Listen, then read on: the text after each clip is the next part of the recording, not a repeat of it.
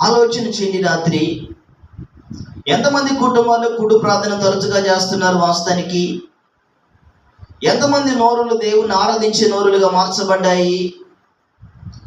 కుటుంబ జీవితంలో ఎవరు దేవుని కలిగి ఉన్నారు అని ఆలోచన చేయగలిగితే, కుటుంబంలో 5-6 నివసిస్తారు, అందులో ఒకరికే భక్తి, 4-5 భక్తే ఉండదు. కలిసి కుటుంబంలో ప్రార్థించే విశ్వాసులు తక్కువైపోయారు.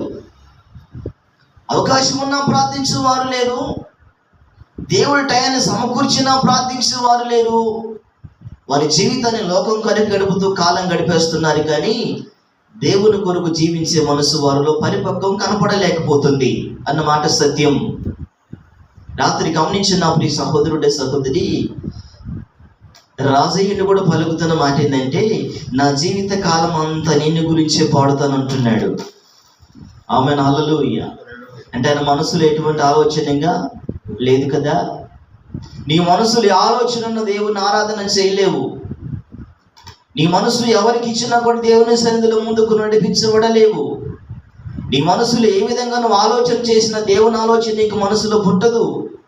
లోకానుసారంగానే నీ మనసు వెళ్ళిపోతుంది. లోకానుసారంగానే ఉండిపోతావు. కానీ దేవుని కొరకు నిలబడటానికి నీ ప్రాణాత్మ దేహాలు దేవుని కొరకు నువ్వు అప్పగించుకోలేకపోతున్నావు. కారణం అదే. ఈ రాత్రి గమనించమ్మా. ఇప్పుడైనా మించిపోయింది అవకాశం దేవుడు ఇస్తుంది. ఇప్పుడైనా మించిపోయింది ఏమీ లేదు. దేవునికి అవకాశం ఇస్తున్నాడు. మరలా మీ కుటుంబంలో దేవుని గురించిన, దేవుని కొరకు నిలబడటానికి, దేవుని ఆరాధించడానికి కలిసి మరలా ప్రార్థన మొదలు పెట్టండి. ఆ కుటుంబంలో తెలుసా, కుటుంబం కలిసి ప్రార్థన చేస్తే అక్కడ ఏ గలిబిజి ఉండదండి, ఎటువంటి పరిస్థితులు ఉండవండి, అన్ని సమాధానంగా ఉంటాయి. దేవుడు ఆ కుటుంబాన్ని ఆశీర్వదించడం మొదలు పెడతాడు. దేవుడు ఆ కుటుంబానికి తోడుకుంటూ మొదలు పెడతాడు. సరిహద్దులు విశాలపరచబడ మొదలవుతాయి. ఎటు చూసినా కూడా కుటుంబంలో ఏది దేవుడు తక్కువ చేయడు. ఎటు చూసినా కుటుంబంలో దేవుడు ఏ కోదవలు కూడా ఉంచడు. అన్ని సమస్తాన్ని సమకూడలకు మేలుకరంగా దేవుడు చేస్తారని మాట ఇచ్చాడు. అంటే ఆయన ఆరాధించే వారికి తక్కువేది ఆయన చేయడు కదా. ఆయన ఆరాధించే వారికి దేవుడు తక్కువేది చేయడండి. విచిత్రం ఏంటంటే, చాలా మంది విశ్వాసములో టైం ఉన్నా కూడా దేవుని ఆరాధించే మనసు ప్రజల్లో కనపడలే. అంటే ఆశ లేదు. ఆశ లేకపోతే ఎవరేం చేయలేము కదా. నీకు నువ్వు ఆశ కలిగి దేవుని ఎదిగినప్పుడు దేవుడు నీకు శక్తిని ఇస్తాడు ఆయన కొరకు బ్రతకటానికి. ఆయన ఆరాధించడానికి దేవుడు ఆయన కృపను నీకు ఇస్తాడు. ఆయన ఆరాధించడానికి దేవుడు నీకు తోడు పట్టం మొదలు పెడతాడు. కానీ నీ మనసే లోకానికి నువ్వు చేరువ చేస్తే, నీ మనసును లోకం వైపు తిరుగుతున్నట్లయితే ఎలా దేవుని ఆరాధించగలుగుతావు? ఒకసారి ఆలోచించయి.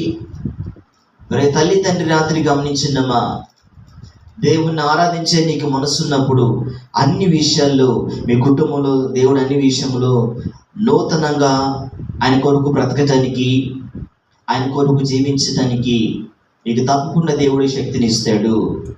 అందుకంటున్నాడు,